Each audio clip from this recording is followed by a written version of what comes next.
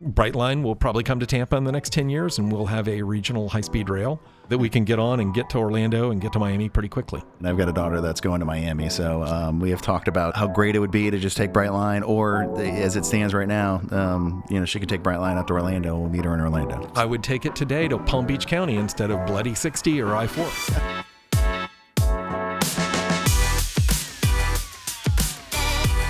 Welcome to Money Market, a Bank of Tampa podcast. We highlight the businesses, expert business advice, the local economy, and points of interest in the Tampa Bay market. Follow us on YouTube, Spotify, Apple, or wherever you find your favorite podcasts. And please share this episode with a friend or colleague. I am your host, Owen LaFave, the Pinellas County Market President for the Bank of Tampa, Tampa Bay's oldest and largest community bank. Today, very excited about our guest. I joke about transportation, but then I'd never be able to get out of it. We welcome a very special guest. That's our Executive Director of Forward Pinellas, Whit Blanton, who is going to shed some light on what's going on with transportation in Pinellas County, and maybe we can branch out into the Tampa Bay region, but it's something that maybe could be perceived as the Achilles heel, but there's a lot of exciting things going on in transportation as well that we'll get into, but maybe we start a little bit about your background, Whit. Sure. Well, I've lived in Florida for a long time. I've moved here in 1971, originally from North Carolina. Okay. And I lived all over Florida. I moved to Ormond Beach. I lived in Winter Park in the Orlando area for a long time. I had a consulting firm that I started in 1990. Transportation oriented? Transportation firm. And I was the founding vice president of the firm with 2 or 3 other people. And we had a nice 16-year run before I came over here and took this job. So I'm in the government sector for the first time since grad school, and it's been an adjustment. I really like the consulting sector, but now I don't miss it at all. And 16 years in, right? Really like what I do. No, I've been here 9 years now. Okay. Yeah. And you came from Orlando? I did. I came over from Orlando, although Pinellas County and the Tampa Bay region was my client for a long time. So I did a lot of work in this area, probably dating back to the late 80s. Okay. So very familiar with the market before you came to the market. Right. I do need to ask a personal question. So are you a sports fan? I am a very big sports fan, yes. Are you a collegiate sports fan? I am. Okay, so looking at your background, you went to both UF and Florida State. That's right. I've heard of divided households, but are you like divided personally, multiple personalities, schizophrenic? I mean, how do you I have no qualms whatsoever. I am a diehard Gator. You are? Okay. Yes. Okay. I went to Florida for my undergrad, and that's usually where it gets set, you know, with your fraternity brothers and everything. But in my family, in my immediate family, I think we have 6 degrees from Florida State and only 4 from UF. Okay. So Florida State wins in some ways.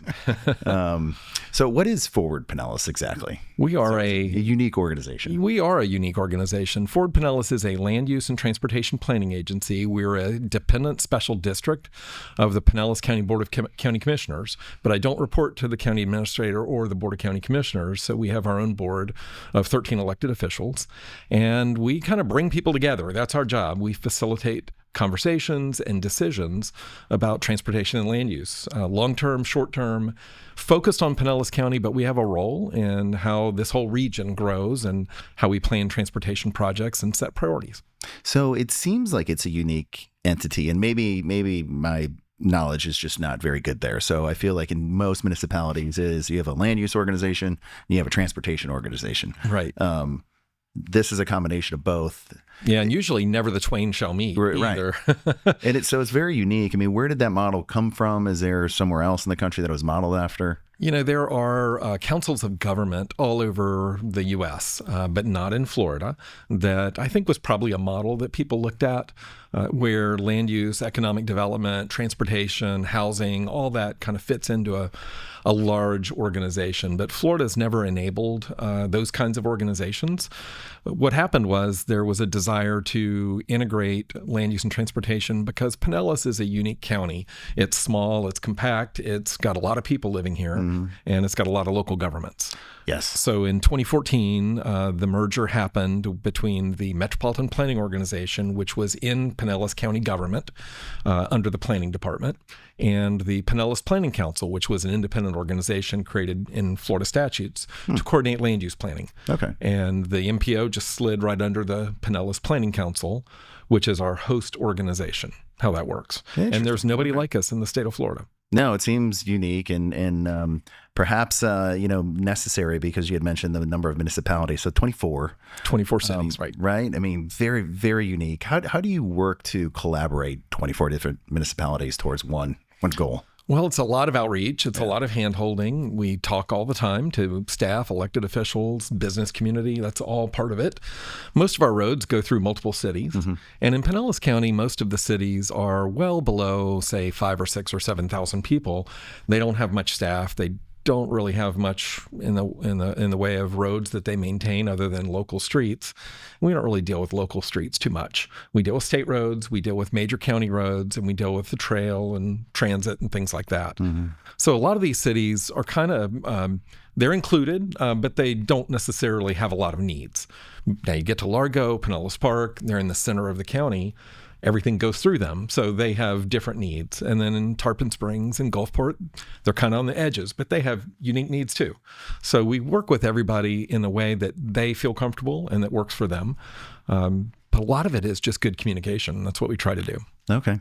Any secrets or tricks to communication? I mean, what have you had a playbook of how to communicate effectively? Well, I believe that you have to be transparent and you have to be honest and you have to be just a clear communicator and be an honest broker with people and not sugarcoat things. It takes a long time to get transportation projects done. Sure. You have to navigate through political headwinds, neighborhood opposition. A lot of the things that we do sometimes are seen as intuitive or counterintuitive because we might narrow a road to make it safer rather than widening it to make it safer.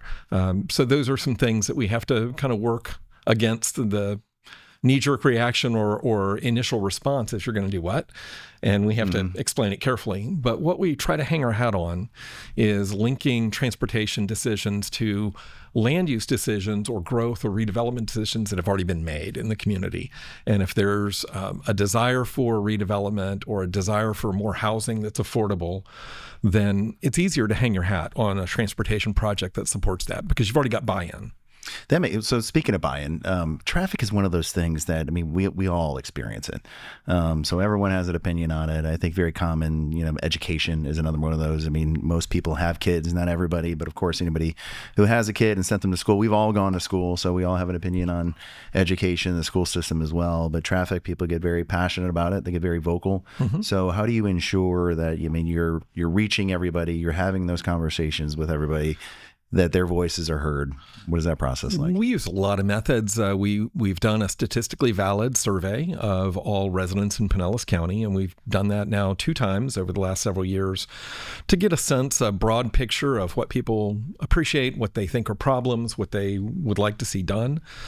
We do focus group discussions. We have community meetings. We do roundtable meetings with the business community.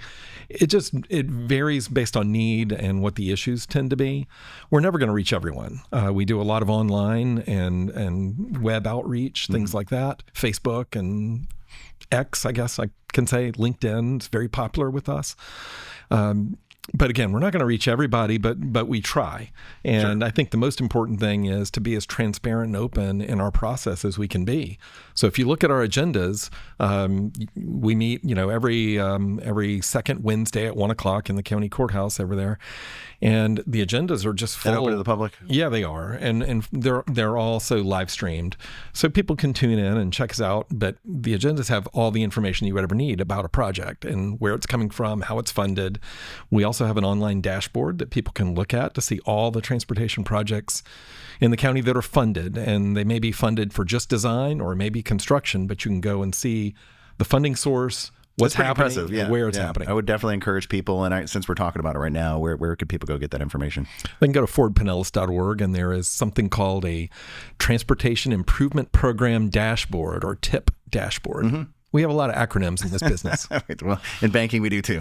So there's plenty. So as part of that, the outreach process, I think a lot of people, they're busy. They're not paying attention, even though you're having public dialogue and giving people an opportunity to come to the meetings. But people get frustrated after the fact.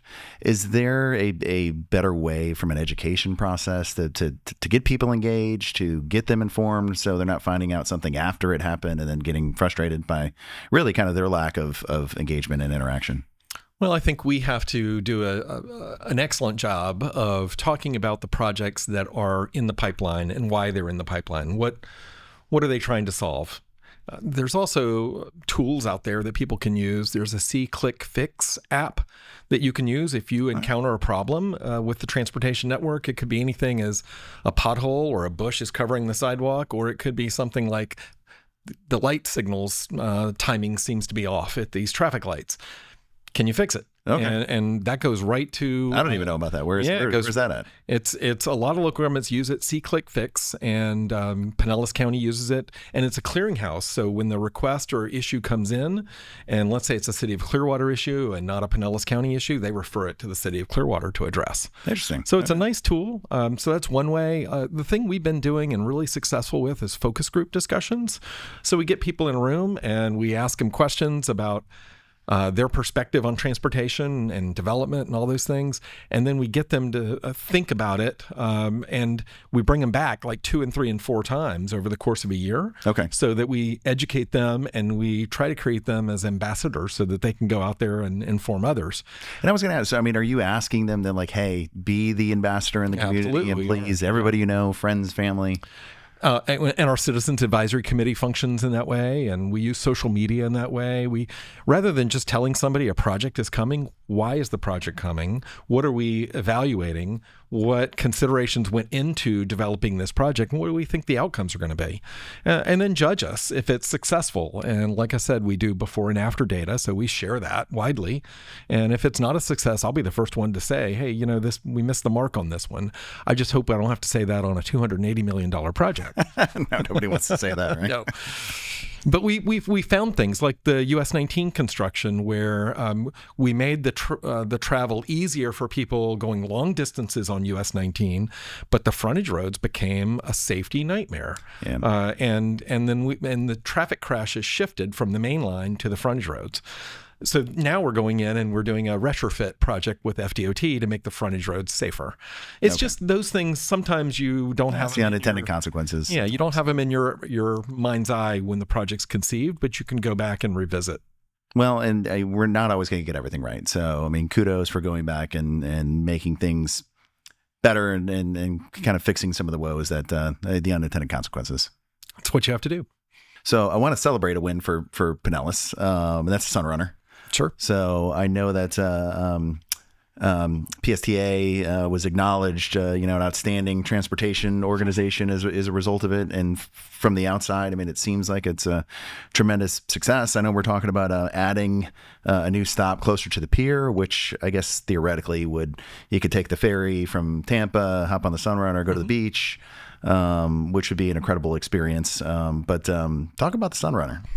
Well, I'm very proud of the Sunrunner. I think PSTA did an excellent job delivering that project. They brought it in under budget. They really built it to be what it should be. I mean, it's a world-class transportation service, and we don't have much like that anywhere in the state of Florida. Orlando has a downtown bus rapid transit, and it was so slow I could walk faster, so I rarely used it. Yeah. And they're thinking of modifying it now. But Sunrunner will get you places fast. It'll get you there comfortably. It's easy on and off. The way they do the fare system with just a credit card or anything is very simple. Mm-hmm. I think that it's drawn some criticism because it did convert one of the lanes on First Avenue North and First Avenue South. So there are people who don't like it. But the studies and analysis we've shown is that there's no additional delay to traffic. People aren't driving as fast as they used to. Mm-hmm. So it's also a safety project. So we've seen crashes go down, injuries go down in that corridor in the year or so that it's been operating. The ridership is not as high as we'd like it to be, although it's healthy, it's good. And I think of ridership as you really got to build it over a 5 to 10 year period. Sure, get people to use it. Yeah. So we are working on transit-oriented development now around those stations. That's exciting. We've just approved one with the city of St. Petersburg around the 22nd Street station at First Avenue South. So that'll be moving forward in the Warehouse Arts District area. And South Pasadena, which originally opposed the Sunrunner is now working with us to initiate a transit-oriented development effort for the stations in their community. And they want to make the best of the service. It's here. They want to see redevelopment and revitalization of their community and have more destinations for people to go eat and enjoy things in South Pasadena. So, well, I think too, for workforce is critical, right? And it's expensive to live down on the beaches. It's expensive to live downtown. That's so if you can live along a transit corridor like you're talking about, and be able to access both of those markets, I mean, I think it's a win-win. I think the new stop will help, certainly. Just in terms of timing, and I am not a policy wonk by any stretch of the imagination, but it took a while to get the Sunrunner in place. It also seemed like some of the zoning you're talking about. Did the Sunrunner have to come first? Could they have been done at the same time? Or maybe it's just the process that they can't be kind of, done jointly or coterminous, if you will. It probably should have been done at the same time, but everybody's got things they're working on and they're busy. So having the Sunrunner in place made it easier, I think, to plan the transit-oriented development around the transit project. Too often around the country, we have transit plans that are planning for density and intensity and walkability and all those great things, but you don't have the transit. Yeah. So transit-oriented development without the T is hard to do. So you need that catalyst, you need that investment. But it's always been what comes first. Yeah, chicken and egg, right? Right. Yeah. So in Pinellas County, we used to have a policy before I got here that said, you are limited to only 50% of the maximum allowable density unless there is a major transit capital investment that's been approved by the federal government. Oh, wow. So it was like this chicken or egg situation, and it's really hard to get the federal government to approve a grant for such a major capital investment for transit. Sure. It's a high bar, and very few people were getting to it. Terrible policy. And so that policy limited density and intensity and curtailed redevelopment where it was desired and needed because there were overblown fears about traffic congestion. Yeah. And the way Pinellas County, I look at Pinellas County, is it's been 850,000 people for a long, long time. The traffic's here. Yeah, right. The fact that we are now at 970 or so thousand and soon to be 1 million, it's not changing the fundamental dynamic that there's a lot of people living here trying to get everywhere. That's right. So giving density in the right locations to where we can start building infrastructure around it and giving people the ability to walk, maybe ride a bicycle somewhere, those shorter distance trips, maybe use transit. Give up a car, save a lot of money. I think that's the direction we've been planning and we'll probably continue to plan for the foreseeable future just because we don't have the right of way to build a bunch of new roads. Right. Now, I mean, there's no land, right? Right away, for sure. So I think Sunrunner is an example of, BRT working. Is there an opportunity in the county to expand further? There's always opportunities. I think there are 2 projects that are in the works that would complement Sunrunner and connect to it. One is 34th Street South from the Skyway Marina District, Eckerd College area up into downtown St. Pete.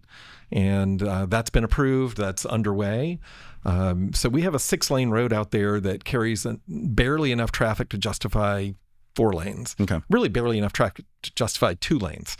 And we are repurposing 2 of those lanes for a limited section as part of a state resurfacing project so that the bus can travel in those lanes and have a little expedited travel time. It's not a done deal 100%, but it's close to being a done deal. Okay. And PSTA is committed to operating limited stop express bus service from the Eckerd area all the way up to the Sunrunner and maybe eventually beyond. So that's one. The other one that we're working on is in the alternate US 19 corridor from downtown Clearwater to the Sunrunner on the western side of the county. And that's in the planning stages, so we don't have a funding commitment yet for that.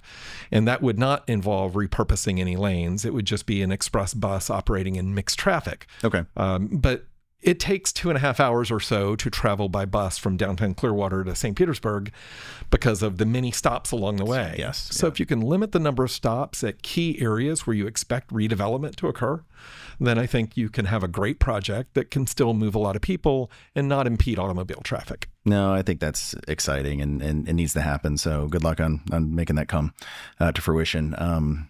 Light rail. Like, what are your thoughts on light rail? I mean, we keep teasing about it. Yeah. And, here we are, and I know green light Pinellas maybe predated you a little bit, but would love to hear your thoughts on that. But just in general, like, what do you think about light rail? Well, I love light rail. When I go and visit cities, I make an effort to take the train somewhere, whether it's to a baseball game or downtown or whatever. And it's a wonderful mode of transportation. It's convenient, it's easy, it's quick, it's quiet, it's clean. We are a long way off from any kind of a rail plan here because it just takes an enormous amount of political will and a lot of money. And right now we're a little divided on the political will on something like rail. However, the state of Florida does have an approved passenger rail system plan. And just recently, all of the metropolitan planning organizations along the I-4 corridor, there's 10 of us, passed a resolution unanimously calling for the state to invest in inner-city passenger rail in the I-4 corridor, linking Pinellas County to Tampa to Orlando and on to Titusville, Daytona Beach. And that's not just high speed like Brightline, which is, a commuter, like a locomotive system, but could also be Amtrak intercity passenger rail service.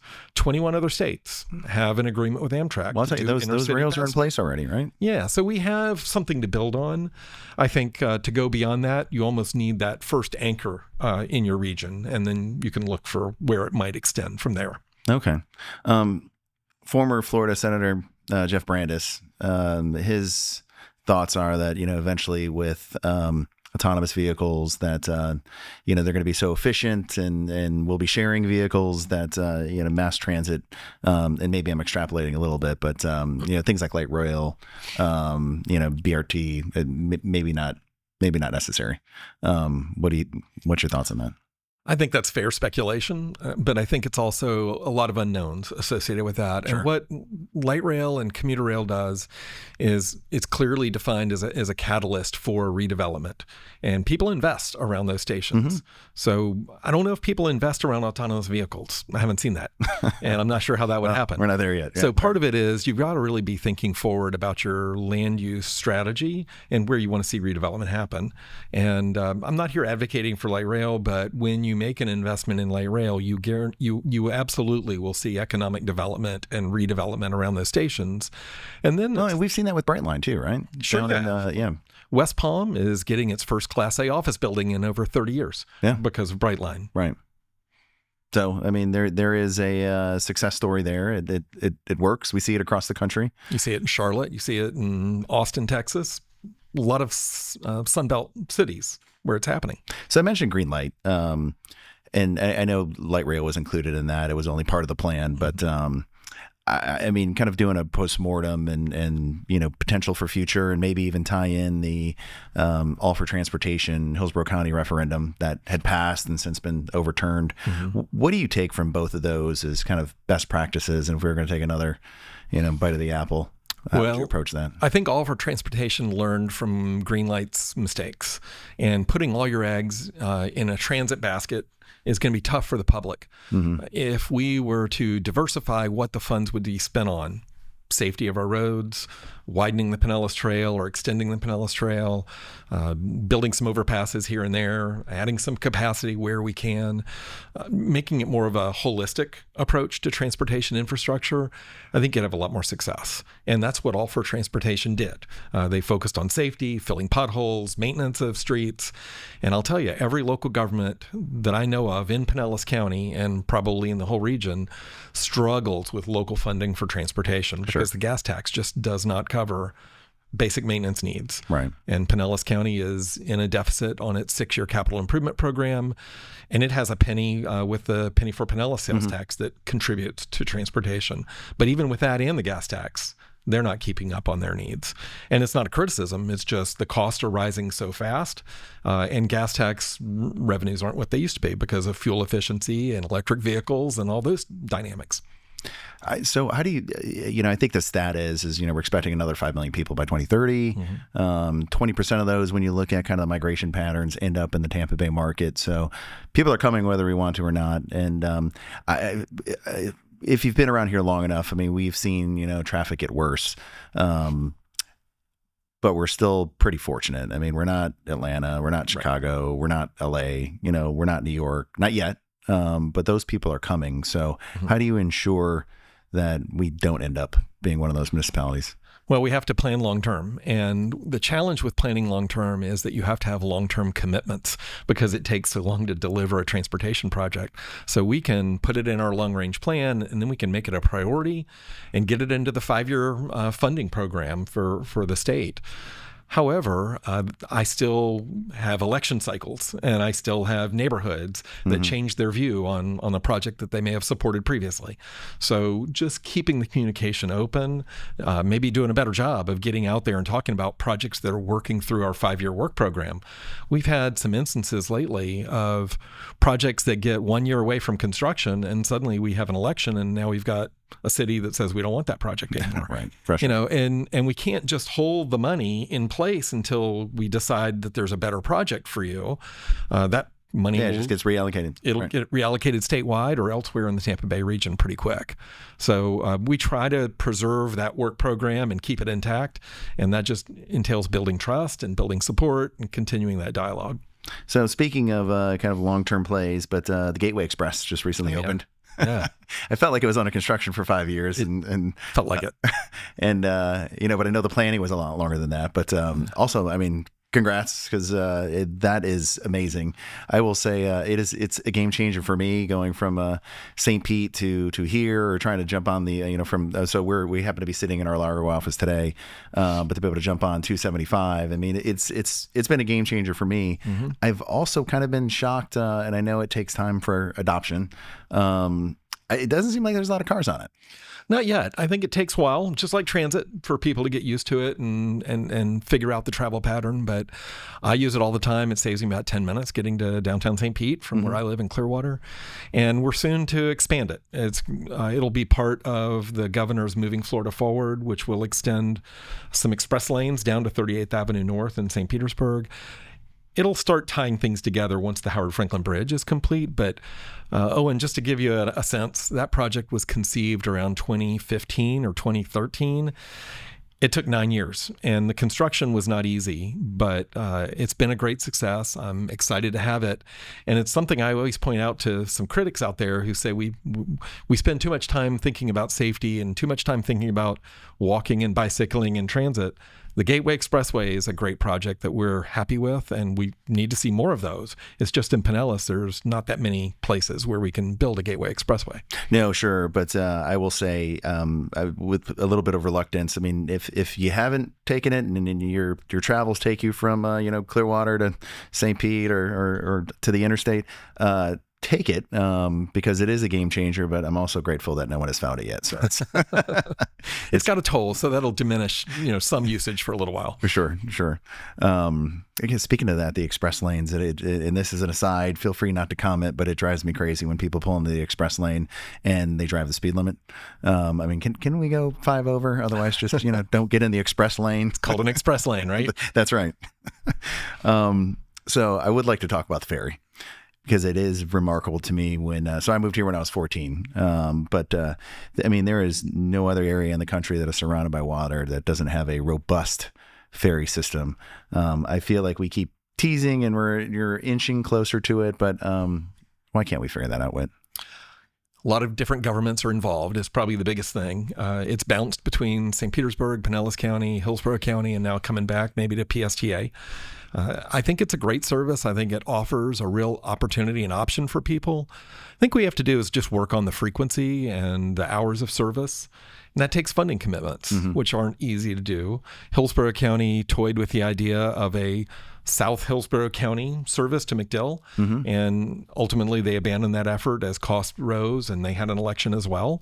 But I think that South County to St. Petersburg connection is important. So we are looking at a tri-county, which is Hillsborough, Manatee, and Pinellas, market study for waterborne transportation that looks at the intercoastal as well as the bay, and also the southeastern beach communities of St. Pete Beach and Madeira. Yeah, well, there's a little ferry over there on the intercoastal that kind of pops around between the beaches, right? Yeah, there's one that goes, it's more of an excursion. It takes you out to Egmont Key and the Bay Pier and things like that, but not really being used for transportation.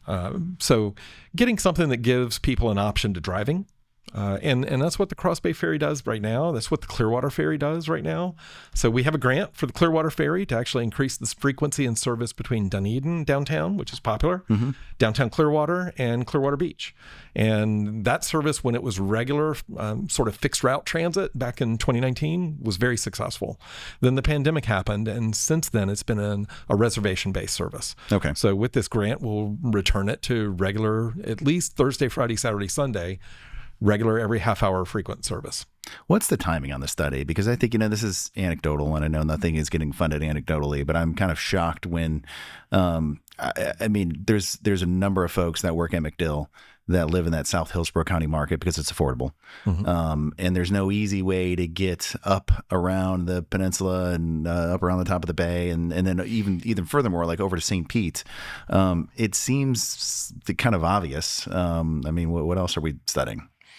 We're really just looking at the market segmentation and the factors that will influence usage. So price points, availability of parking, availability of transit. How do people value that? And it's really hearing from the users and the non-users. What would make them use it? What did they enjoy about it? What could be better?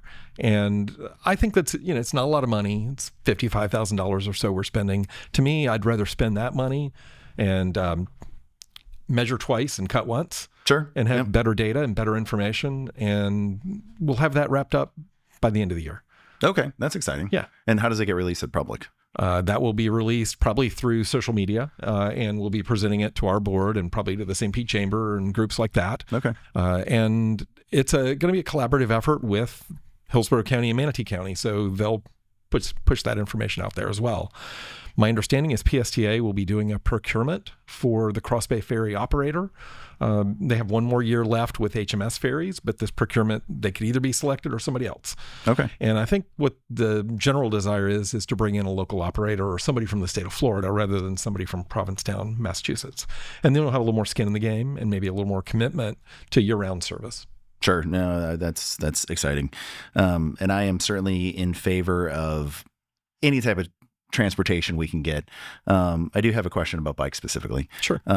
Are they really a viable commuter option? Because I mean, it's hot here. It rains. I feel like 3 or 4 months of the year are the only time I ever see anybody on bikes, except when you're on the Pinellas Trail. I see bikers in that all the time. But right. When I think about some of the transit corridors, I just don't see a lot of bikers. Well, you're talking to somebody who commutes by bike in the summer, so I'm kind of crazy that way.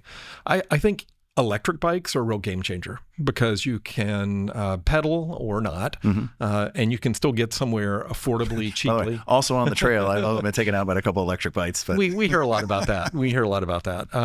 But they're all on the trail because they don't feel the roads are safe. Yeah, I can understand. So if the roads aren't safe, the trail gets crowded. But I do think that within a 2 to 3 to 4 mile range, which is in Pinellas County, everything is 2 to 3 to 4 miles away, it seems like, except maybe your job. But a lot of jobs are available within that distance. And biking is really easy. If you can eliminate a car, then, maybe you can afford to live, closer to work. And the price of e-bikes have come down tremendously. I have an e-bike. I also have a regular bike, and I ride both regularly. E-bikes, mine's a pedal assist. I believe in pedaling. I don't believe in just the throttle, although they're out there. And it's tops out at 20, so I can't really go faster than 20 unless I'm on a downhill, which is like one of the overpasses on the trail, right? And you do have to be careful because we've had some fatalities where not just e-bikes, but anybody at a high rate of speed on a bicycle, scooters can be just a regular bicycle can really do some damage. So you have to be mindful and respectful of those around you. But Pinellas is a very bike-friendly community, and I think there are a lot of places where it could substitute for some trips, even if it's just going to the grocery store or to a brewery or something like that. Do we do studies after? So I know we do studies before, but do we do studies after the fact to say, okay, this many people, like I know PSTA and Sunrunner because people are swiping cards, and so we've got ridership. But people using bikes and commuting, and do we have numbers on those after? Yeah, we do, and not just bikes, but for car traffic as well. We do before and after studies on every project that we implement, and we collect the data before, and then it's usually some years after before we collect the after data because it takes that long to get it in. But we have data showing that. And one of the things we're going to be looking at is the Gateway Expressway. How much traffic did it shift off of 49th Street at Ulmerton Road? Has that been alleviated a little bit? And I think it will be. I think we'll show that is now a little more congestion free because of the presence of the Gateway Expressway. So we do it for bike facilities and we do it for others, but it's really hard to quantify bicycle usage and travel demand because when are you out there? And Sure. a lot of times you don't see the bicyclists that are out there. They're out there early in the morning or they're out there late at night. And that would make sense, especially this time of year, and why I'm not seeing them too. So. That's right. In the middle of the day, it's a little hard. It's hard. Yeah. I give you credit for getting out there and commuting. This is probably going to be your least favorite question that I ask, but I feel like I have to ask it. But a little controversial. 175. What's the latest update in that? What's going on there? Well, I'm really excited about 175, so not opposed to talking about it. This has been something that the city of St. Petersburg and the neighborhoods around the gas plant district have been interested in for a long time. And I-175, along with 375, provide a crazy amount of high-speed capacity in and out of downtown every day. And in the 1960s and 70s and early 80s, that was deemed a good thing because that was areas, it passed over areas. We're trying to get people out. It passed over areas that weren't vibrant and vital and, were kind of run down. The thinking's been changed, mainly because of the success of the Edge District and the Grand Central District. Those aren't flyby areas anymore. Sure. So that's part of it. Also, there's a huge barrier between the historic gas plant district and Tropicana Field and Campbell Park neighborhood and others. So if you stand in the Campbell Park and look north, you don't see Tropicana Field. You see a big wall. It sends the wrong message for communities that have historically been disadvantaged, that are African-American communities. It almost says we don't really want you to participate in the economic success of our city, which has been tremendous over the last 20 years. But a lot of those people still feel left out. So we're going to look at it with the full support of the Florida Department of Transportation. We're going to study a wide range of options. And it might be that we do nothing. We might say, you know what, those hospitals and those businesses need that access. On the other hand, we might say maybe they don't need 4 lanes in each direction. And we can reduce that footprint, still provide sufficient capacity for the future, and free up more room for development, for open space. We need both of those things. It is a complicated one to get your arms around because I would agree that it was a travesty to divide those neighborhoods. It is an eyesore when you're there, but we talked about more people coming to the area, so we're taking capacity, off the streets, especially in terms of an emergency or hurricane evacuation. It's already in place, so we're spending, millions and millions of dollars to remove that capacity. We don't know what impact the gas plant is going to have on traffic patterns necessarily. So how does the gas plant, the new stadium, tie into that plan? Is the study taking into consideration that demand as well? Absolutely. We did a downtown mobility study about 2 or 3 years ago, and we had most of the knowledge about the gas plant redevelopment plan, but we didn't have everything. Sure. Right? We didn't know the fine grain details of the deal as it stands today. But we tried to be conservative and projected a lot of growth in downtown St. Pete.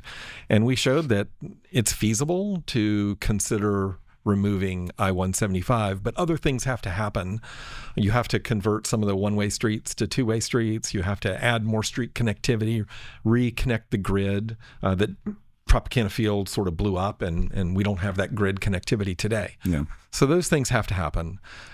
The Florida Department of Transportation and the Federal Highway Administration are going to be just like the hospitals and like a lot of motorists around Pinellas County, very cautious about removing something that already exists and spending millions of dollars to do that. So we don't take that lightly at all.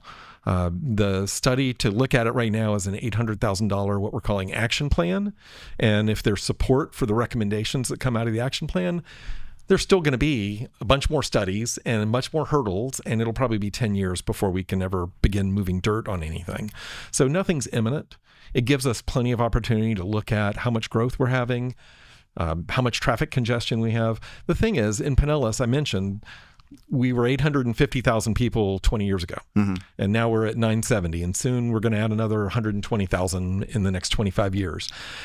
I don't see us adding a lot more traffic congestion on our roads because of that's just not a lot more growth, and it's already here. Sure. But we're not creating any more beach, and Hillsborough and Pasco are growing.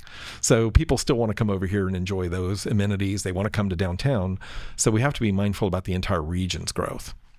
No, and I think, well, so speaking of that, so how does Forward Pinellas work with the rest of the region? Very closely. We have regular meetings with our counterparts who staff the counterpart agencies in Pasco and Hillsborough, and really Sarasota, Manatee, and others as well.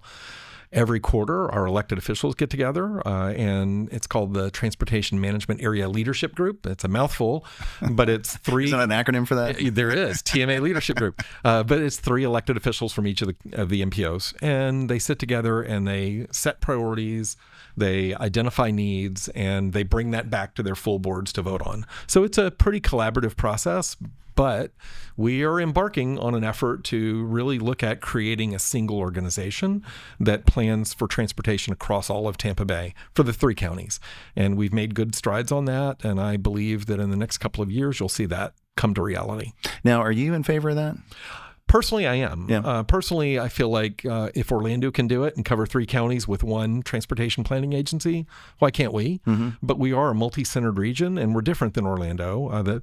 After the city of Orlando, the next biggest city is about 65 or 70,000. And here you have St. Pete with almost 300,000, and you've got City of Tampa with 450,000. It does kind of lead to a dynamic, and you have a big old bay in the middle of it. Right. However, things don't happen at the federal level or even at the state level if you're not in alignment with your region. And we've struggled to be in alignment in this region, and Orlando has eaten our lunch over the years for transportation dollars. Yeah, so for that very reason, I am excited at the prospect of that happening too, so we can have some just collaborative effort for federal funding, state funding. Mm-hmm. But it's also about building the consensus locally to make commitments with local dollars too. Right. Because you need local dollars to attract state and federal dollars. Yes. And what I want to be real mindful about and thoughtful about is this wouldn't be an organization that's going to impose its will on counties. We're going to have to work very carefully, and we're still going to need to telescope at the high level. What do we need as a region at the 50,000 foot level? And then what do we need at the neighborhood level and at the community level? Because our agencies are still responsible for that. And safety and walking and bicycling access are probably local issues as much as anything. Absolutely. So we have to have a mechanism that values places like the city of Tampa and the city of Safety Harbor and Dunedin and how they fit into that mix. It can't just be something that's dominated by county boards. Well, or dominated by any one particular county. And I know the devil's always in the details, but I mean, how do you get to a place where, I mean, the seats are fairly split up and allocated, so there's, no one is being left out. And I mean, I will tell you a story that, I mean, you already know, but, Pinellas seceded from Hillsborough because they felt like they weren't getting the services. And so there is some concern that, maybe there's too many seats that go to Hillsborough, or they're not divided, and, Clearwater's left out, or Pinellas or Manatee. I mean, how do you? Very carefully. Okay.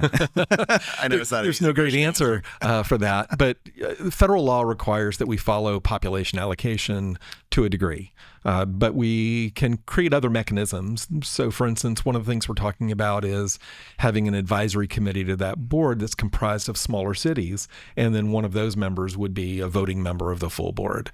So that's one mechanism, and that's something Orlando has done for their smaller cities. Mm-hmm. I think also just ensuring that one county does not have all the votes that could override the other two counties. And that's a little bit of a check and balance. So if Pasco and Pinellas have more seats, maybe even one more than all of Hillsborough County, then at least you eliminate the ability to just go it alone. Then you have to build coalitions, and you have to build partnerships, and you have to get buy-in for these projects. Now, as these conversations are taking place, does everybody kind of recognize those possible issues in the formation, or are we at a stage right now where everyone's just lobbying and trying to get control? I think everybody's very keenly aware of those issues and considerations. Pasco's got the smallest population. They don't want to be left out. Mm-hmm. The city of Tampa has some concerns that they'll have highway projects imposed on them that they've been fighting for a few years. That's not the intent. The intent here is to grow the pie, not narrow the pie and focus it on pet projects. What I'm really working hard to do is just make sure it's all comprised of local elected officials. Okay. One of the things we saw with TBARDA and that we've seen with some of our other agencies, not just in this region, is when you get gubernatorial appointees, state appointees into the mix, they don't have the same commitment. They don't have the same absolutely check and balance with the voters. Mm-hmm. And I think that's an important consideration. So we might not have 25 elected officials, but we might have 23. And the only two that we're talking about now would represent the airport and the Port Authority. Okay. And they would be staff. Both valid. But those are both regional entities assets that operate regionally. Yeah. So if you're looking out 10 years, what does the future of transportation look like in the market? Ooh, a good question. I think the future of transportation will see a lot more connected vehicle technology that will give more information, not just to motorists, but the bicyclist like me, knowing when a car is encroaching in my 3-foot space, for instance, behind me. My helmet will probably be able to connect with the in-vehicle navigation of that car. We'll probably see some autonomous vehicles, mainly in the trucking and transit industry, but I think it won't be full autonomous. I think we will start to see some regional transit in the Tampa Bay area in the next 10 years, at least get some express bus started. And so we're actually working on that in the US 19 corridor now between Pasco and Pinellas. So I think it'll be great. I think Brightline will probably come to Tampa in the next 10 years, and we'll have a regional high-speed rail, higher speed rail that we can get on and get to Orlando and get to Miami pretty quickly. Yeah, that'd be exciting. And I've got a daughter that's going to Miami. So we have talked about how great it would be to just take Brightline, or as it stands right now, she can take Brightline up to Orlando. We'll meet her in Orlando. I would take it today to Palm Beach County instead of bloody 60 or I-4. Right. So yeah, good luck with that.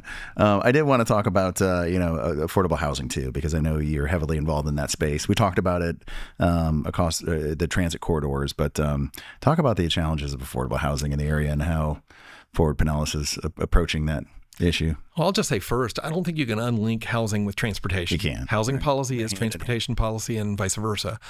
Unfortunately, the cost of housing is so high in St. Petersburg and lots of Pinellas County because supply is limited. And we've restricted supply both through policy and through space, geography. So we're working, we have a housing compact, a countywide housing action plan. We're working with our partners to deliver a range of housing types, a range of housing densities and intensities, accessory dwelling units on the small end, neighborhood scale, all the way up to allowing more density in corridors like US 19 and places where we have transit. So I think that'll be a big part of the solution is building that supply. The other issue is people shouldn't have to drive to Citrus or Hernando County or Eastern Manatee County to qualify for a mortgage. Right. Drive to qualify. Exactly. And so that puts pressure on our roads.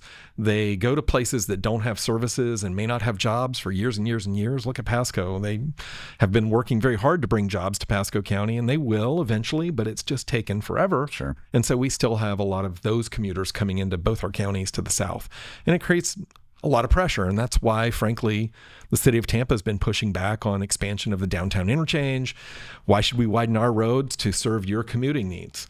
But it's a two-edged sword. And I certainly understand people want a house, they want a yard, and, they want a place for the dog to play. I get it. Sure. So we just need to figure out how we can deliver housing at all scales and all types, at all income levels, and make it affordable for people. And if you can leave a car at home, all the better.